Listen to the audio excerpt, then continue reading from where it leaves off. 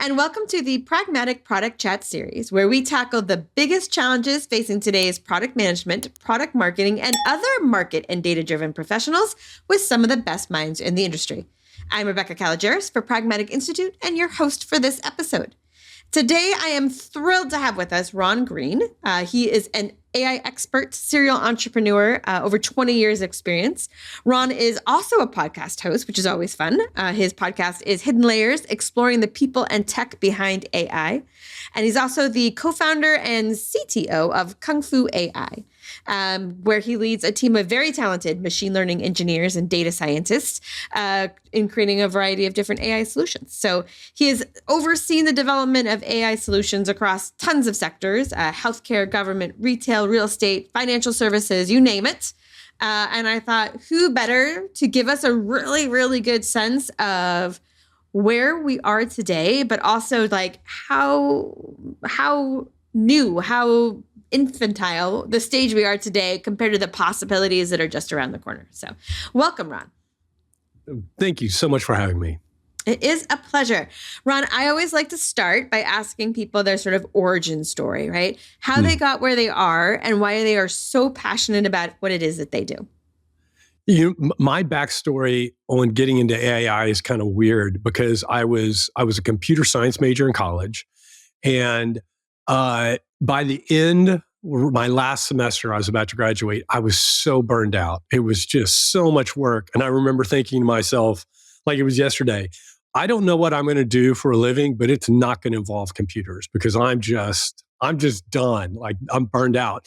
And I think I had two courses left to graduate, and one of them was an elective, and it was on artificial intelligence. And I took it, and within say 3-4 weeks, I knew what I wanted to do with the rest of my life and just fell in love with it.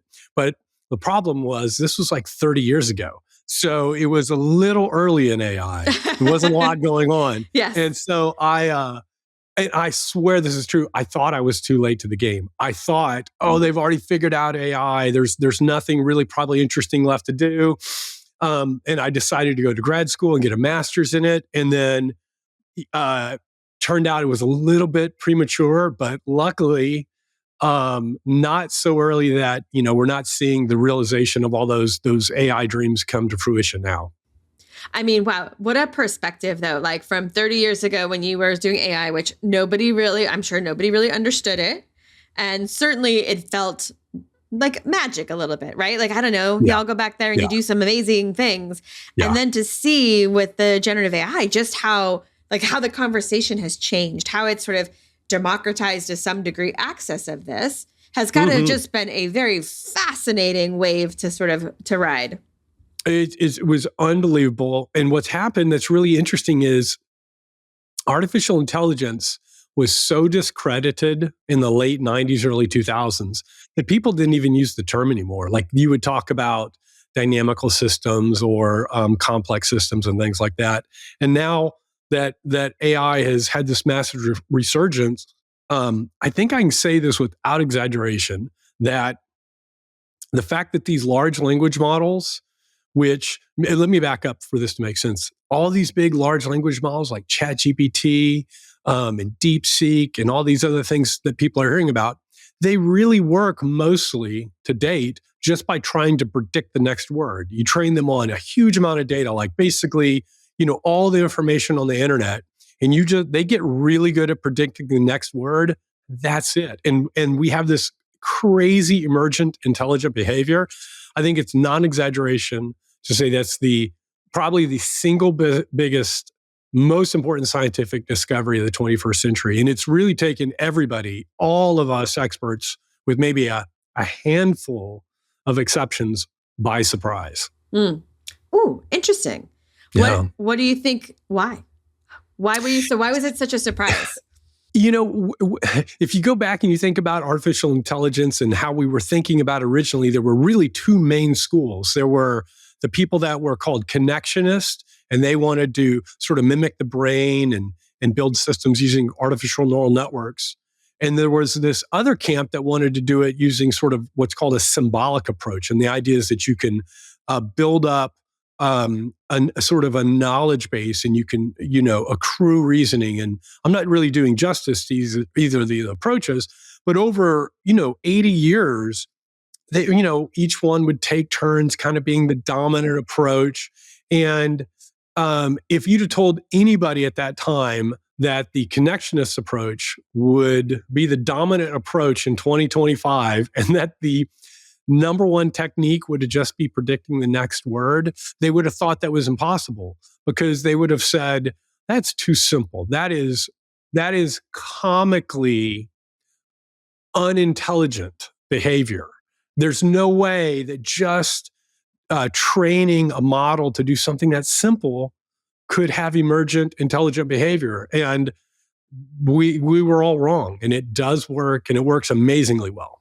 Oh, it's so interesting too, right? Because it wouldn't have worked 30 years ago, No. 20 years ago, because you didn't have enough No. information. This part of it makes it possible is just the That's right. vast amount of digital information we have, which That's makes exactly right. the sort of guessing what's next infinitely more useful, right? Because it's trained on so many possibilities. But it is sort of like then that perfect set in time, right? You are so right. We didn't have the data. We didn't have the compute. And even if we had both of those, there was definitely still some algorithmic things here and there that we hadn't really understood yet. What's really exciting is there have been some major breakthroughs in the last 6 months. Oh gosh, that I think are really going to sort of even accelerate the progress we're making. I'm more excited now than I was even a year ago. That's how exciting things are right now. Well, and it's true because, I was not early to the party. I wasn't late to the party, but I remember you first playing around with them, it was fun. It was kind of interesting, but you're like, this is not an overly useful tool. And how much more useful, how much smarter, for lack of a better word, it's gotten, right? In the first 6 months, so November was a 23 or whatever, right? So those first 6 months, you're like, this is kind of fun. I could get it, but it's kind of a distraction too. I shouldn't get, and now you're just like, this is a hugely powerful tool to help me. I've seen some, it's quick and it's accelerating. I saw a summary report from a math professor last month, and he said that in early 24 he was using the state-of-the-art math reasoning models, and they were sort of on par with a high schooler. And by the end of the summer of 2024, they were doing work that was sort of grad school level. And now in early 25, not even a year later, those same math models are at the Olympian level for geometry, algebra, all of the main dominant math domains. You have sort of postdoc level math capabilities, and we're seeing that on the biochemistry front, et cetera. On all fronts, right? From the tech fields to the creative fields to the writing fields, right? And part of that is when it became so much more accessible for the lay people of us who can talk to it like we do or think about it in those terms. The use cases and stuff really got bigger and the areas to push. I wonder, if you go back to, it was November 23, or maybe it was a little before that, what was as an insider, as an AI guy who gets this at the deepest tech level, what was your initial impression of, ChatGPT and some of those early ones? Yeah. So, at my company, KUNGFU.AI, we're a little over 7 years old, and we were founded to work in artificial intelligence. We've been building, state-of-the-art computer vision and predictive analytics and natural language processing models for, the better part of a decade. And yet we were still surprised by ChatGPT when it was released, because it was the first AI model that had broad, really diverse capabilities that were on the level of a human. So, for example, we've built systems that can predict breast cancer risk 5 years in advance just using computer vision. And that is incredibly impressive and incredibly important. Amazing. But that's all it can do. It can do one thing. It can do one thing at a superhuman level. What was really special about ChatGPT was it could do dozens, hundreds of things that it wasn't trained to do. They just emerged from a capability perspective, having been trained to predict the next word. And that is the reason it is so mind-blowing. Wow. And it's interesting when you think about how defined and focused the AI cases before, and that felt like the right thing to do, right? It felt like in order to make it worth the investment, you had to have a real problem to solve, right? And it's one of the things pragmatic we teach, right? Like, don't just build technology for technology's sake. This is a bad idea. Focus. And yet this one kind of broke the model of that thinking, right? But it really did. It really did. And yet it has had so many outputs of problems solved with it. It really has. And it's interesting because I think you hit upon a really important point, which is, domain-specific AI, like AI systems that can do one or two or maybe just a handful of things really well. It's not like those systems don't have a role anymore. In fact, this may blow most people's minds. Most AI that is being deployed in the real world is not generative AI. It is these domain-specific AIs with really deep but narrow capabilities. And the reason is that generative AI, as powerful as it is, and we use it all the time in work and we use it all the time for our clients, it's a little unwieldy still. So you had all the normal issues of hallucinations, or you'll have issues with data integrity or quality and consistency. So we typically had the perspective that if you're looking to invest in AI, do exactly what you said. Make sure there's a strong ROI associated with it. Don't just go put a bunch of money into AI to say you can do AI. And if you're going to do something in generative AI, try to make it human augmentative. Don't try to automate something or take a human's job away. Those days are coming. Don't get me wrong, those days are coming, but they're not quite here yet with generative AI. And the best cases that we have seen deployed in production are where you take them and you use them together with humans to make humans more powerful instead of just replacing humans.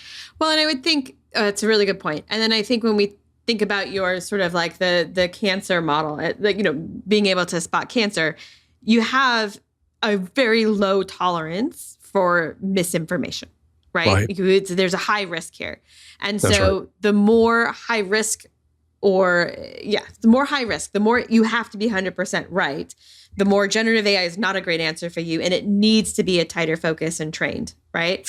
That's right. If I'm replacing the human, then I have a low level of risk, right? Like I have low tolerance. And so you need to, that makes a ton of sense. But that's interesting too, when you think about some of the use cases, and you talked about this in one of your podcasts, and you referenced a really great report sort of on enterprise use of generative AI.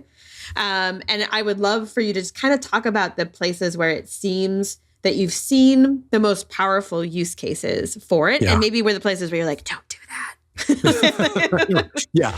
So that's a great important differentiation. By far, the number one use case that we're seeing for generative AI, and I would say this was true for all of 2023 and 24, is in sort of document information processing and surfacing roles. So, without getting technical or anything, there are capabilities like called RAG, which is for retrieval augmented generation, and you can augment pure generative AI language models with this capability, and it really can do magic to ensure that the results, the outputs of these generative models are accurate, they're relevant, and they're cited. And so we're seeing probably the number one by far is like chatbots within help environments answering questions. They can be both internal and external. So obviously, chat systems to help answer client or customer questions. But internally, we're seeing an explosion of this. Internal chatbots to answer questions around healthcare, insurance, company policies, time off. We have deployed many, many systems within legal departments where you can add the attorneys, the legal team can ask questions. Do we have any contracts with this type of language? Or do we have any contracts that have contradictory language within them, or contracts that have expired that we need to look at? And you can go and surface and essentially search through, millions and millions of pages worth of information instantly and have relevant result service. Well, and not in the way, if you used to want to do that, it had to be more normalized, right? Your data would have to be more normalized to make those things work. And so there was an effort there. And here it's just like, go seek it in any form. That's right. That's exactly right. Unstructured, raw documents. They can be Word documents, PDFs. They can be images. They can be scanned for OCR. It's everything now is fair game for information retrieval. And it's interesting when you see both internal and external. Are there any story? I'm sure there are some stories. You can even anonymize them if you want. And I'm sure they're none of yours, but like of places where you saw someone like, hey, we're going to use genAI here, and you're just like, that doesn't make any sense. Why? Yeah. When you're replacing decision making with genAI, that is a real danger point, because generative AI is incredibly powerful. It can do summarization and classification, and of course, it can do search and autocomplete, and you can even do analysis. I mean, I could go on and on and on. But the idea of taking generative solutions and just plugging them directly into production environments where there's no supervision or oversight, that's where we see people really regret those decisions, and they realize that we're still at this point in time where generative AI needs to be coupled with humans. Mm-hmm. That was very nicely put. They regret this. So one of the reasons I wanted to have you on the show is, you've been in the AI space for 30 years, right? And you still say that we're at like day zero of AI, that generative AI is just the beginning. And particularly in the perspective of how far it's come, but like, that's kind of mind blowing, right? And when you think about that, when you're like, we're just here at the first little infantile step, what do you see coming? What does that look like? Yeah. So, when people ask me all the time, like, AI is moving fast, are we near the end? Or, there'll be misconceptions like AI can't make a mistake or AI knows everything. The reason I like to say we're at day zero is just this simple. We have not even tried simple things yet, and we're still seeing amazing results. And I'll give you one example. So language models. We've been talking about generative AI and language models in this next word prediction. That's really all they're doing. Well, in the last, not even a year, in the last 6 to 9 months, we have seen an explosion in capabilities on language models by utilizing something called chain of thought reasoning. And that is, it's almost too simple to believe that it works.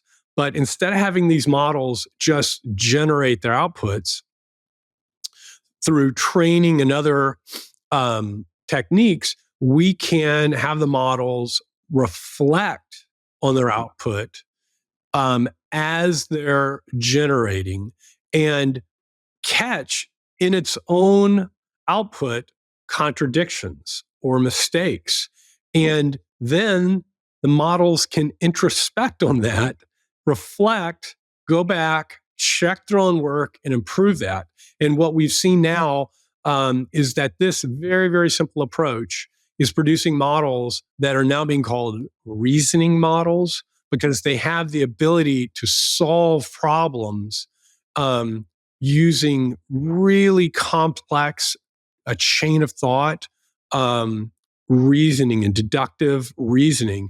And so, as smart as language models have been, until very recently, there were really simple things they couldn't do. For example, if you said, how many letter R's, are in the word strawberry, that would often stump the state-of-the-art models. They would say 1 or 5. They really did not know how to handle that type of problem. Now, if you ask these reasoning models, and DeepSeek, I'm sure everybody saw the news about DeepSeek a few weeks ago, crashed NVIDIA stock. If you ask it a question like that, it will, you can literally see in its output, it say, okay, the user's asking me to count the number of R's, so I need to be careful. Let me go through each letter, and it will say S, that's 0. T, that's not an R. And it will construct the right response. Counting the number of R's in a word is trivial. Well, it turns out that this approach works for solving world-class math problems, world-class algebra problems, geometric problems, logic problems. And so we are on the cusp in 2025 for reasoning models to break out in a really big way. So now I understand why AI does terrible jobs spelling and image generation, right? Yeah. Like clearly it doesn't think that way. But also, more importantly, so is this sort of the new $200 Chat GPT version? Is this that? Okay. That is correct. Yeah, it's called O3, and that version you have to pay $200 a month for. But the DeepSeek model R1 is open source, and that was released, in I think January 20th of 2025. That's totally free. You can run that on your computer, and you can have that reason through really, really complex problems for free if you want. So, and you're using something like that. Is it that, and maybe it's a little bit of both, but do we then change the questions we ask it, or is it that the answers are different, right? Do we have to, are we like asking it entirely different questions that it's able to do, and or does it answer the questions differently? That itself is a great question. It's kind of both. So you can ask it entirely new types of questions. You can do things like, you can say, I want you to analyze this business plan, and I want you to come back with a detailed analysis of the strengths and weaknesses of it. And I want you to search the internet, and I want you to find examples and counterexamples and summarize this with, somebody who's, got decades of experience building business plans. Before, you might have gotten some pretty solid output, but the reasoning aspects of it would have suffered, because the ability to essentially follow really sort of long, intertwining output analysis, it was weak on. The other part is the output you're going to see is totally different. Before, you would just get the output. You would just literally, so if I said generate a critique and analysis, you would just get that immediately. Now you may see the model think for seconds or minutes. Some interfaces will just show you thinking and analyzing interface. More and more, they're actually showing you what it's doing, and you will see it generate pages of output where it's doing analysis, it's going back, checking its analysis, it's identifying mistakes or contradictions, starting over, regenerating new analysis, then synthesizing that. And you can just watch it, and it's just mind-blowing. And then the final output report is not only much, much more erudite and logical, but it's almost contradiction-free at this point with these powerful reasoning models. Wow.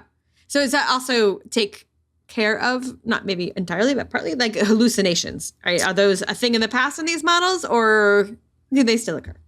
Yeah, that's a great question. With the reasoning models, hallucinations are much less frequent, mostly because they do a good job of sort of citing their work. They will say, here's a fact, and they will provide source information about it. But, I don't want to overplay this, because I'm extremely excited about this stuff, but they still make mistakes. They still make errors. And I have seen some of these state-of-the-art models even make mistakes on things that they're very confident about, where you will say, analyze this, and it will double check its work. And then you say, double check again, thinks it's right. And then you do it third time, and then it spots the mistakes.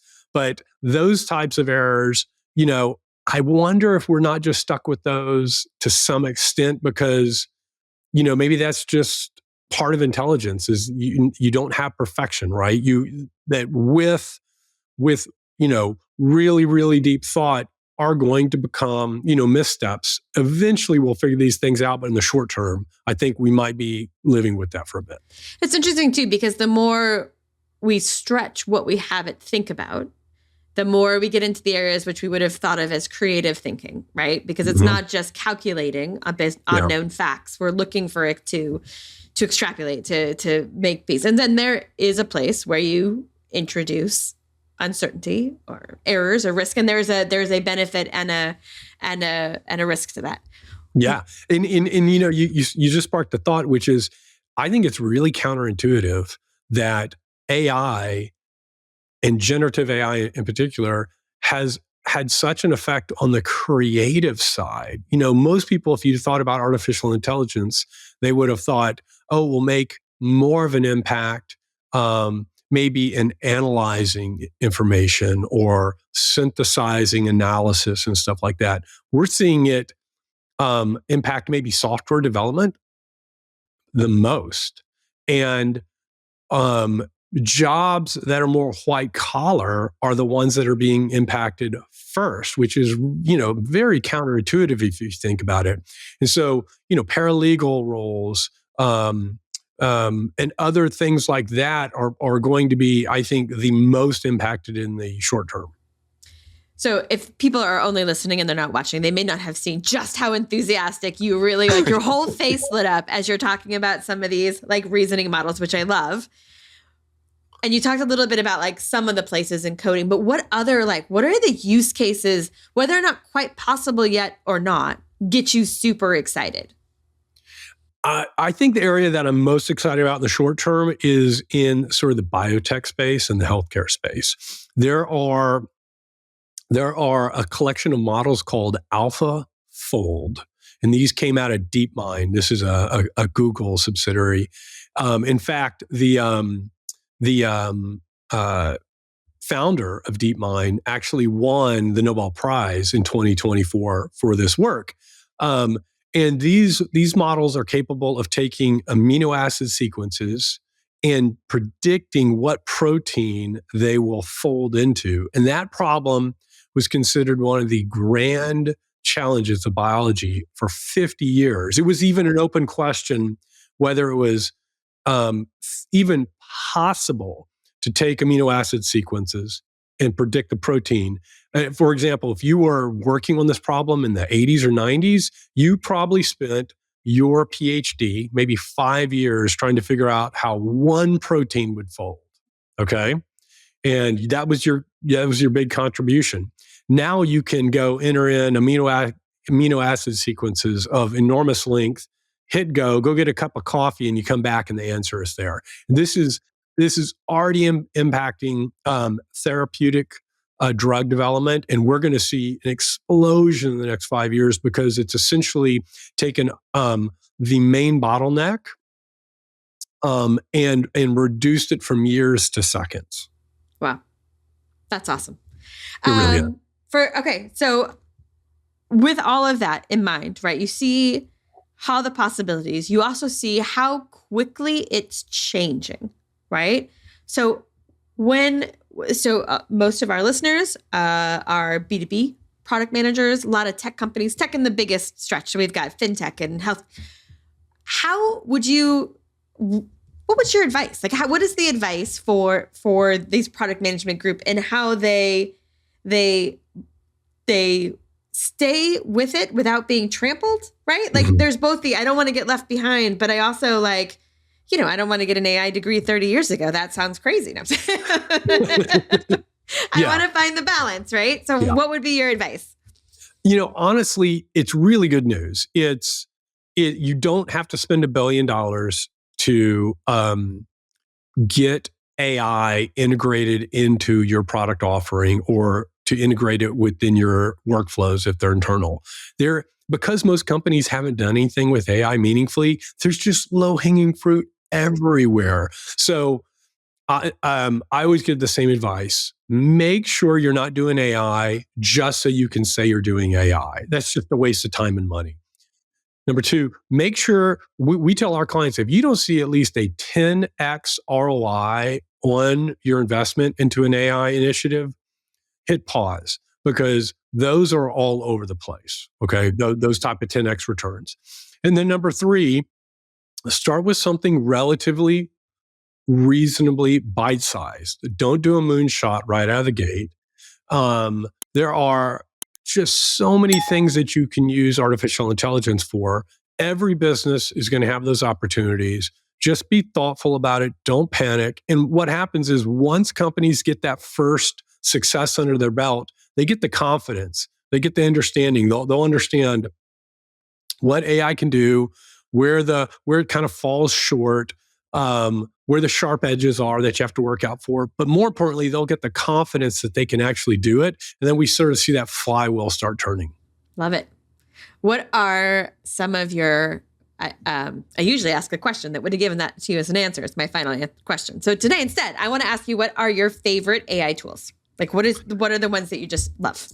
Oh, that's a great question. I would say that on the large language model side, you got to go with, Claude from Anthropic, ChatGPT, especially in the reasoning models, very, very strong. And they're broadly capable in amazing ways. On the image generation side, Pika Labs is doing some amazing things with video. It's almost breathtaking what they announced last week. You can take video and then take an image and then have that image inserted into the video doing things. So you might shoot a video and then have another person that you're interacting with in that video. And then I'll throw out one more that I just love this. There's a company called Udio. It's like studio without the S and the T, Udio, and they do music generation. You can do any style. You can do custom lyrics. You can put together choruses and verses, and it's just astoundingly fun to play with. Go check it out. You get several songs for free. People will have a ball doing that. Love that. Now we've all just now spent hours doing this, and I'm excited to do it. So this was an amazing conversation, Ron. I really appreciate it. If people want to learn more about KUNGFU and about you, where should I send them? I go hit our website, KUNGFU.AI, and reach out to me directly if you want to at Ron at KUNGFU.AI. Excellent. All right. Thank you so much for coming on. Thank you so much. This was a great conversation. All right. That does it for today's episode. Everyone, thank you for listening. And don't forget to join us next week when we tackle another great topic designed to help you elevate your product, your company, and your career.